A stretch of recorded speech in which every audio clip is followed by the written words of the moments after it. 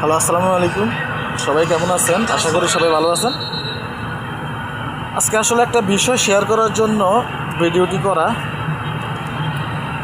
জনাব তারেক রহমান 2026 সালে এসে কী জন্য খাল কাটা বিষয়টি মহাপরিকল্পনার মধ্যে নিয়েছেন সেটা আমার বুঝে আসে না।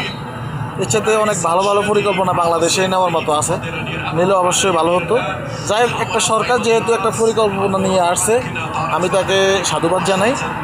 কিন্তু জননেত্রী শেখ হাসিনা 1997 সালে আশ্রয়ণ প্রকল্প নামে যে পরিকল্পনাটি নিয়েছেন, তার আওতায় বাংলাদেশের প্রত্যেকটি জেলাতে, প্রত্যেকটি থানাতে, প্রত্যেকটা ইউনিয়নে অজস্র আশ্রয়ণ প্রকল্প তৈরি করা হয়েছে। আজকে একটা নিউজ দেখলাম, আশ্রয়ণ প্রকল্প খাল খননের নামে জবরদস্তি আশ্রয়ণ প্রকল্পের জমি দখল।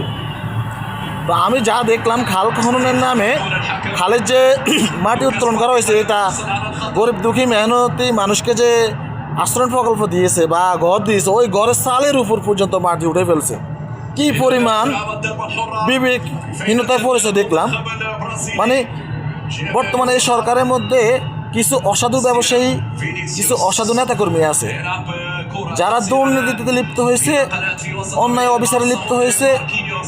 2024 সালে 5ই আগস্টের পর এ পর্যন্ত মানে কি পরিমাণ যে খুন, হত্যা, অন্যায় অবিচার, জুলুম, অত্যাচার সংঘটিত হচ্ছে প্রতিনিয়ত।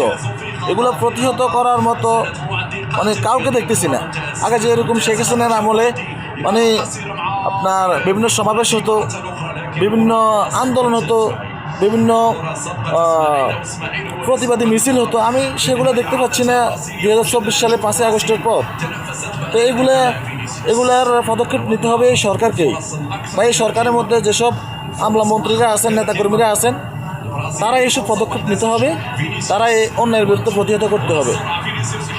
যারা অন্যায় লিপ্ত, দুর্নীতিতে লিপ্ত, অন্যায় অবিচারে লিপ্ত, তাদেরকে প্রতিহত করতে হবে। যারা বিবেক সম্পন্ন নেতাকর্মী রয়েছেন তাদেরকেই।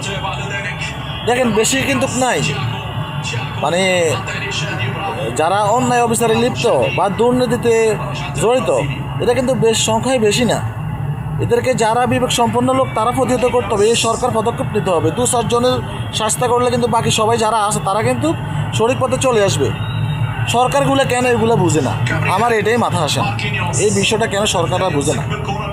দেখেন, গরিব দুঃখী মেহনতি মানুষ যাদের মাথা ঠাই দেওয়ার মতো একটু জায়গা নাই, তাদেরকে তো শেখ হাসিনা সরকার এই আশ্রয়ণ প্রকল্পগুলো দিয়েছে, তাই না? তো তাদের উপর কেন এত অন্যায়, এত অত্যাচার?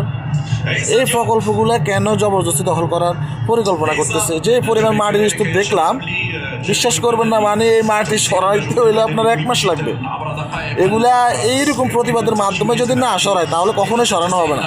অলরেডি ওরা কিন্তু ওদের নিয়ন্ত্রণে, যেহেতু এই প্রকল্পটি সরকারি, সেহেতু মানে ওই অঞ্চলে যারা নেতাকর্মী আছে তারা মোটামুটি এটা ভাবছে যে এটা দখলদারিত্ব হয়ে গেছে, যে পরিমাণ মাটির স্তূপ দিচ্ছে। তো ওদের কি বিবেক নাই? ওরা এতটাই নির্বোধ। দেখেন, গরিব দুঃখী মানুষের উপর মানুষ কিভাবে এত অত্যাচার করতে পারে, এত অবিচার করতে পারে? মানুষ বিবেক কোন পর্যায়ে গেলে মানুষ গরিব দুঃখী মেহনতি মানুষের উপর অত্যাচারে লিপ্ত হয়, তাদেরকে এখান থেকে সরাই দেওয়ার, উচ্ছেদ করার পরিকল্পনা করে?